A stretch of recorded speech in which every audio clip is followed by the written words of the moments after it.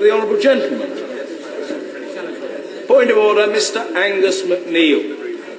Thank you very much again, Mr Speaker. Yesterday on the order paper there was a debate scheduled on coastguards, one of two debates I plan to speak in tomorrow. Today it is not on the order paper. I found out about the change yesterday in a series of Chinese whispers. I was livid, Mr Speaker. I've not heard of a debate being changed at 48 hours' notice. Coastguards are dismayed that bread and butter issues of jobs are being overlooked in this House. Coastguards have been badly treated by this committee. This is an alleged backbench committee made up of Conservative, Liberal and Labour members who have utterly dismayed me in their treatment of the Coastguards. The name backbench committee is utterly wrong. They have made this change on a whim, Mr Speaker. Is it... Order. I've got the point. First of all, I just want a point of fact. People can raise points of order, and with those points of order I will deal. But we are not referring to the work of an alleged backbench committee. The backbench committee is established, and it's functioning in an orderly way, and it's chaired extremely assiduously and conscientiously. And I'm not going to have aspersions cast on the work of the committee. I'm not having that in this chamber. But in relation to the point of order, let me simply say to the honourable gentleman that I'm grateful to him for giving me notice, and I understand his extremely strong feeling on this matter on behalf of his constituents and on behalf of others as well. I understand that the Coastguards debate is now scheduled for a 3-hour debate on Thursday the 24th of March. Order. The leader of the Scottish National Party mustn't chunter from a sedentary position at the chair in that way. It's very uncharacteristic of him and quite unnecessary. That 3-hour debate to take place in Westminster Hall. As the House knows, and the honourable gentleman, who's an experienced member, can certainly not claim to be unaware of this. The order of business is not determined by the chair. The honourable gentleman is free to raise the matter with the Backbench Business Committee if he wishes.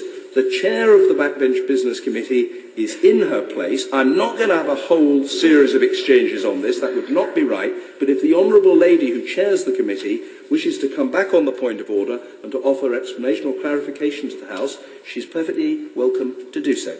Natasha Rengel. Thank you very much, Mr Speaker, and I thank the honourable member also for giving me notice of his intention to raise this point of order.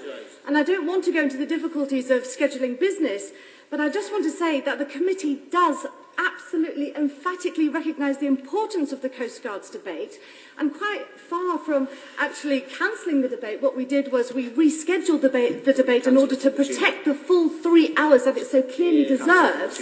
But I do want to say that the notice given was very short, and I apologise for that.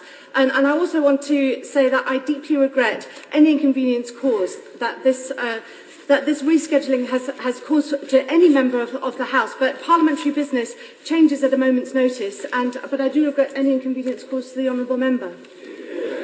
Order. No, I've just said, I see other members of the Backbench Business Committee bidding to catch my eye. I've just said that I'm not going to have a protracted exchange on it. That would not be right or a proper use of the time of the House. I think I can say, and will command general assent to this proposition, that we've had a very clear and gracious response from the chair of the Backbench Business Committee. Other members may agree with it, or they may disagree with it. Such is the stuff of democracy. But a point of order was very properly raised by the honourable gentleman. I have responded to it. The honourable lady has said her piece. It is not a continuing debate. The position is clear, and that is the end of the matter. If on an unrelated point of order, Mr. Jim Shannon Order.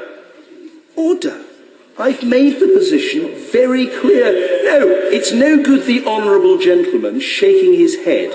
He asked his question in order. He raised a point of order. I have responded to the point of order. There has been a further comeback on the point of order. I think most members of the House would accept that the matter has been properly aired in the chamber this afternoon on an unrelated point of order. Yes, Mr. Jim. Yes. Mr. Speaker, I just want to know, first of all, I thank the lady for the honourable lady for her response. I understand that. But just on the procedure, is it in order for the business to be carried on Tuesday, recognising that the Coast Guard was a debate? On the screen at 10 a.m. this morning, it was screened. No, I'm sorry, I don't wish to be unkind. The honourable gentleman is an extremely assiduous new member. I very clearly said an unrelated point of order. We're not continuing this exchange. So nice try, but I'm afraid it's not in order. If there are unrelated points of order, Meg Hillier. Point of order, Mr. Speaker. Thank you very much, Mr. Speaker. Mr. Speaker, on Channel 4 News yesterday evening,